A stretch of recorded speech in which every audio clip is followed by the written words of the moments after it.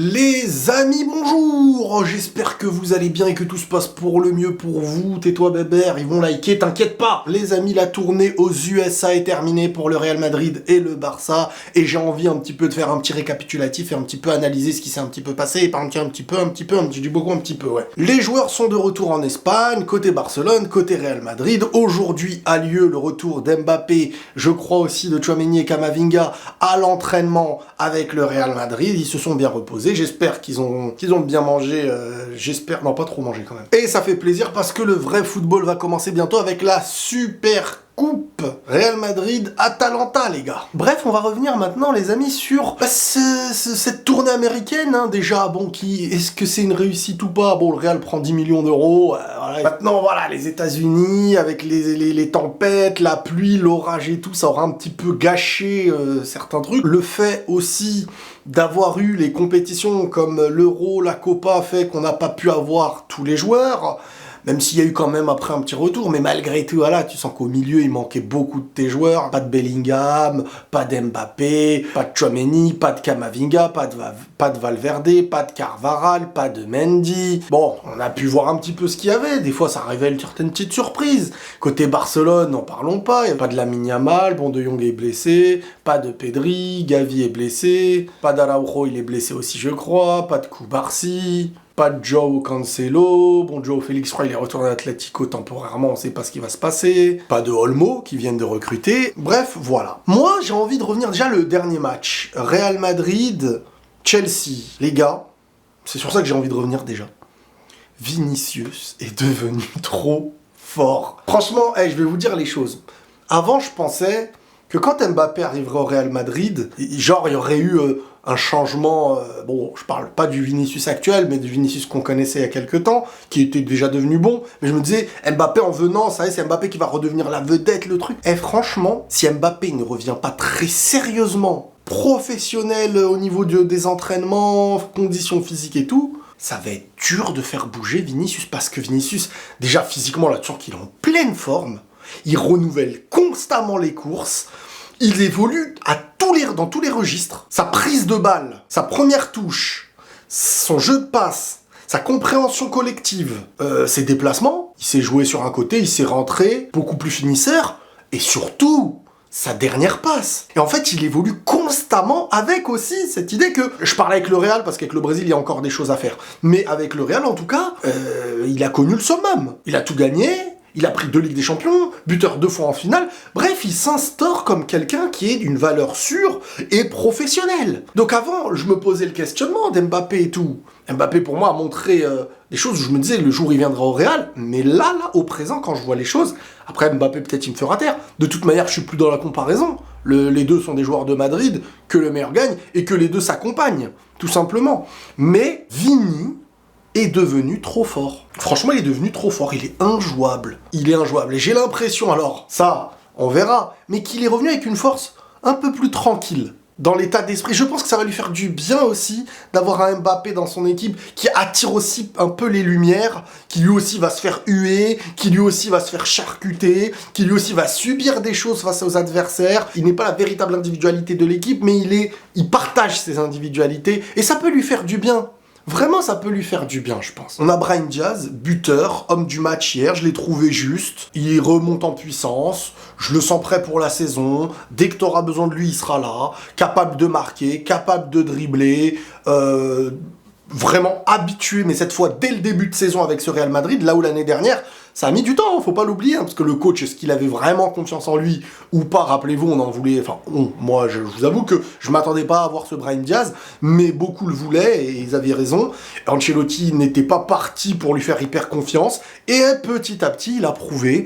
Et donc là, ça s'est fait progressivement, mais je veux dire, là, il est prêt, déjà, dès maintenant. Donc là, tu mets des points, le Brahim Diaz de l'année dernière va être peut-être le Arda Güler d'aujourd'hui. Celui qui maintenant s'instaurera sur la saison. Impatient, mais vous pouvez pas imaginer à quel point je suis impatient de voir le duo, voire le trio, hein, qui sait, même si je vous dis avec Rodrigo, j'attends la fin du mercato déjà pour savoir s'il reste assurément. Je vous ai déjà dit que j'ai beaucoup de doutes en ce moment, j'en parle depuis quelques temps, il y a des choses qui ne sont pas du hasard, qui ne sont pas des mots venus de nulle part. Il y a un truc entre lui et City. il y a un truc entre lui et City. Ça va se faire, ça va pas se faire.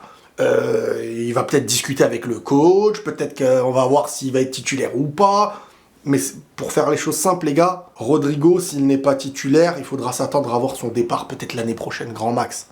Moi, je le vois comme ça. Maintenant, je suis impatient de voir ce duo, voir ce trio, hein, Vini Mbappé ou Vini Mbappé Rodrigo, suivi derrière par Bellingham, et me poser devant un match comme ça, c'est de la folie pour moi. J'ai du questionnement pour Endrick, mais Endrick est jeune, donc ce questionnement, il pourra durer une saison, il faudra lui donner un peu de temps de jeu, il en aura. C'est un profil que t'as pas en tant que buteur, hein, c'est un attaquant. Endrick, il va falloir il va falloir comprendre et apprendre qui il est. Je parle surtout aux avis extérieurs qui s'enflamment vite. Endrick, c'est le joueur qui est là pour mettre le pied, la frappe au bon moment. Il n'est pas le joueur qui percute sur les côtés. Il n'est pas le joueur qui vient chercher le ballon trop bas. C'est un joueur qui est dans l'explosivité, dans l'agressivité, et c'est un joueur qui sait se positionner pour marquer les buts. La saison, elle va commencer, c'est maintenant qu'on va regarder.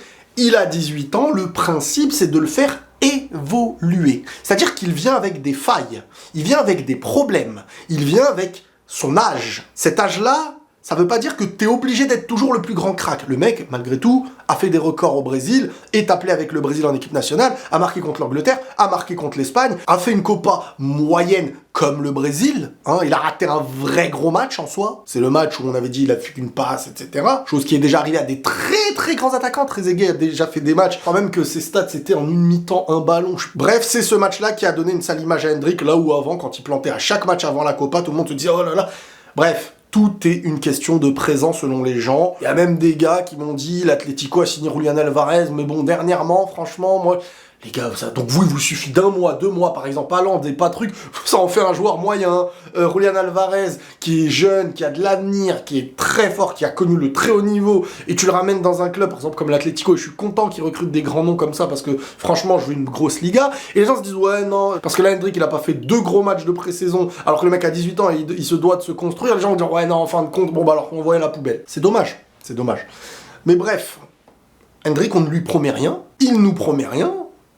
Certes, c'est sûr qu'il a un nom qui a fait parler, donc quand tu fais parler dans les deux sens. Et maintenant, c'est petit à petit que tu vas devoir t'instaurer et apprendre dans un club comme le Real, où il va apprendre, et ça on le sait très bien. Bon, ensuite on a Modric, Ceballos. Je vais pas vous mentir, même si Modric, on sait que balle au pied, etc., c'est juste, il y a de moins en moins de déplacements, d'agressivité, d'assurance. C'est un remplaçant qui peut faire l'affaire. Hein. Au Real Madrid, Modric aujourd'hui, clairement, c'est un grand nom, entouré de... Modric, c'est simple. Si tu l'entoures, tu lui mets Vini, Rodrigo, Bellingham, Mbappé, Modric, il va se régaler. Si tu lui mets Ceballos, donc pas de mec qui défend derrière lui, tu lui mets pas de mec qui court devant lui, tu lui mets pas de 10 qui sait combiner, un Modric aujourd'hui à son âge ça va être compliqué. Donc un Modric pour le bonifier, faut l'entourer et il va te sortir des passes à sa manière, etc. Bref, Modric, Ceballos sont des joueurs, même si Ceballos n'est pas très vieux, mais Ceballos c'est le joueur que moi je ne veux pas voir forcément. Hein. Je vais pas vous mentir, moi je veux pas le voir. Je préfère voir le nouveau Martin là, clairement. Je sens qu'il y a un apport. Il n'y a pas 1 million de choses qu'il fait, mais ce qu'il fait, il arrive à être parfois assez juste. Là où Ceballos, c'est beaucoup de gestuel. Hein, c'est le mec qui vient prendre ton dessert, il te le coupe en truc, il fait semblant, t'inquiète pas, je maîtrise, tac, ton dessert ça devient des miettes. Et c'est pareil avec le foot. C'est-à-dire que, ok, contrôle, machin, je lève la tête comme ça, tac, attention, je me mets sur mon droit, tac, allez, petite passe. Deuxième balle récupérée, tac, semelle, tac, tu vois, il y a un appel, il fait pas la passe, tac, hop.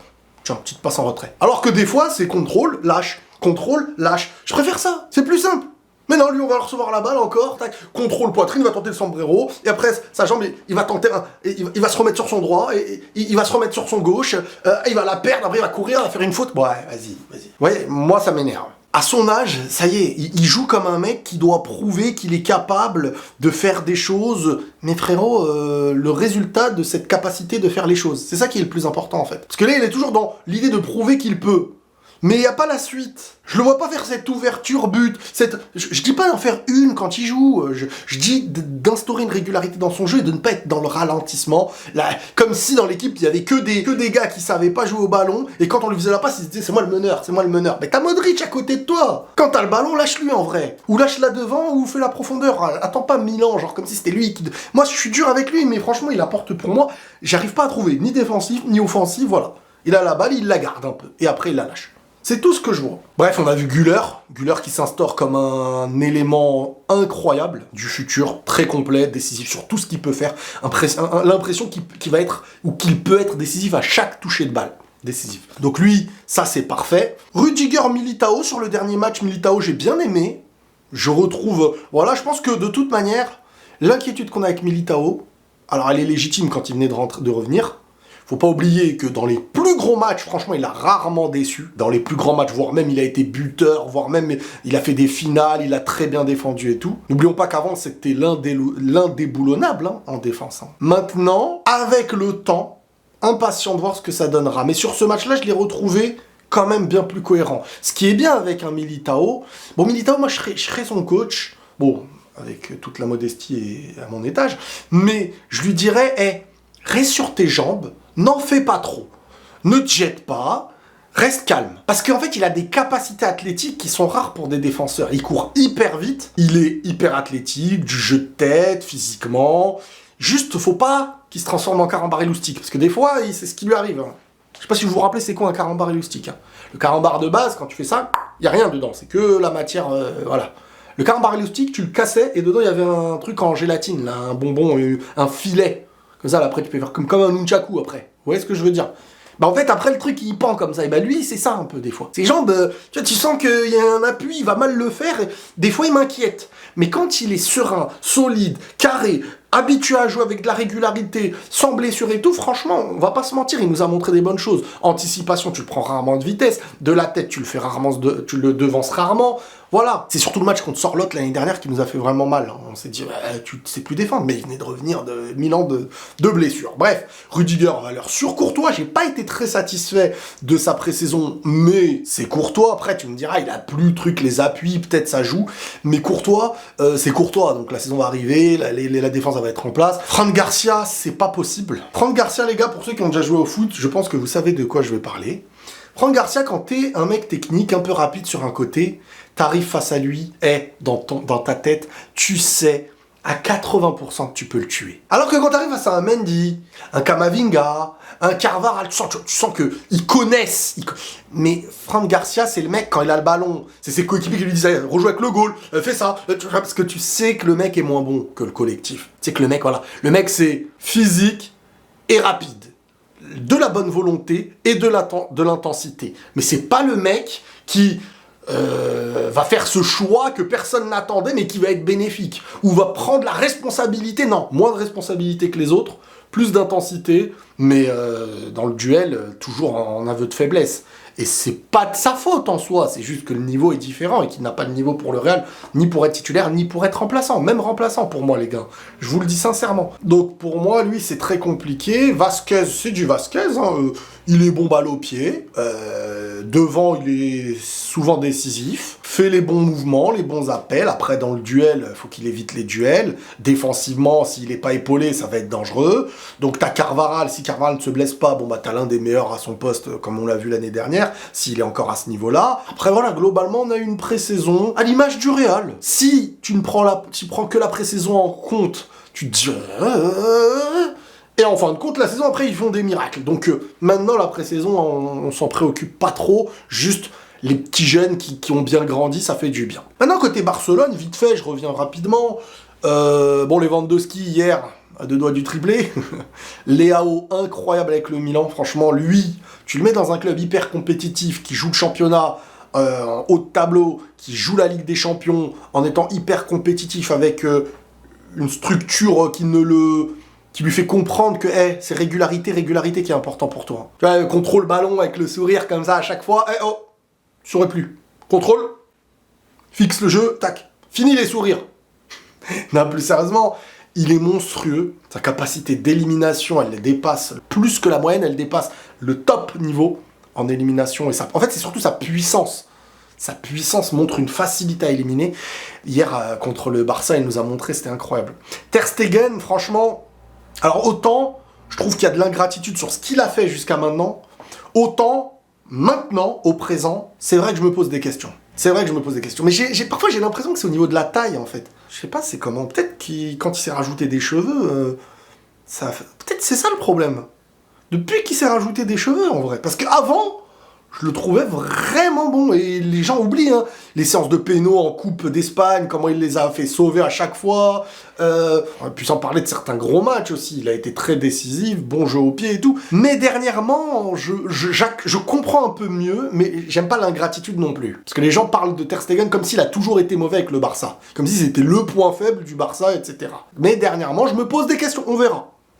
N'oubliez pas qu'il était élu meilleur joueur de votre équipe l'année où vous prenez la Ligue des... L'année où vous prenez, il y a un an, pas cette saison, la saison d'avant, quand vous prenez la Liga, c'est le meilleur joueur élu de l'équipe. Je pense, on peut pas me dire que le gars... ça faut pas l'oublier, ça non plus. Et c'est pourquoi ? Parce que vous aviez aussi une défense solide. Donc le gardien est très bon quand la défense, malgré tout, est solide. Un grand gardien, il a besoin d'être là sur les moments où ta bonne défense s'est fait avoir. Pas dans les moments où ta mauvaise défense, elle se fait tout le temps avoir. Et cette année, le Barça, c'était pas trop ça. Hein. On l'a vu. Hein. La saison où ils étaient bons, on l'a vu aussi. On l'a vu d'une autre manière. Pau Victor, c'est le nom qu'on retiendra. Pau Victor, c'est le nom qu'on retiendra, venu, je crois, de Gérone. Et honnêtement, c'est un sacré bon footballeur. Hein. Il a du toucher, il respire le foot, il a le timing, il a le positionnement. Alors à voir sur... Il a quel âge, le Pau Victor, déjà ? 22 ans. Il est jeune, le Barça constitue une équipe de jeunes qui, en plus, avec le temps, peut se retrouver. J'ai vraiment envie de voir le Pau Victor, même si ça va être de plus en plus compliqué, parce que là, tu auras en plus Dani Olmo. Dani Olmo, Pau Victor, Firmin Lopez, Gavi, Pedri, Gundogan, De Jong. Mais t'es quand même dans une saison où il faudra apprendre à faire tourner, parce que tu auras beaucoup de matchs, sauf si t'es éliminé très rapidement. Donc à voir, les gars. Mais le Pau Victor, moi, je trouve qu'il respire bien le football. Hein. Après, est-ce que ce sera au Barça ou ailleurs ? Mais il respire un bon football. Maintenant, voilà, est-ce que l'intensité, le très haut niveau, voilà, la saison va commencer, on pourra avoir certaines réponses à nos questions. Et bref, ils sont tous de retour en Espagne. La saison va bientôt débuter. Les amis, Bébert et moi, nous allons ouvrir cette saison qui démarre à l'instant avec le match dans une semaine à peine, là, je crois. Real Madrid-Atalanta. Avec le retour d'Mbappé, on est impatients de bien manger. Prenez tous soin de vous, les amis. N'oubliez pas de liker, parce que sinon Bébert, il va vous mordre le genou. Et la paix sur vous.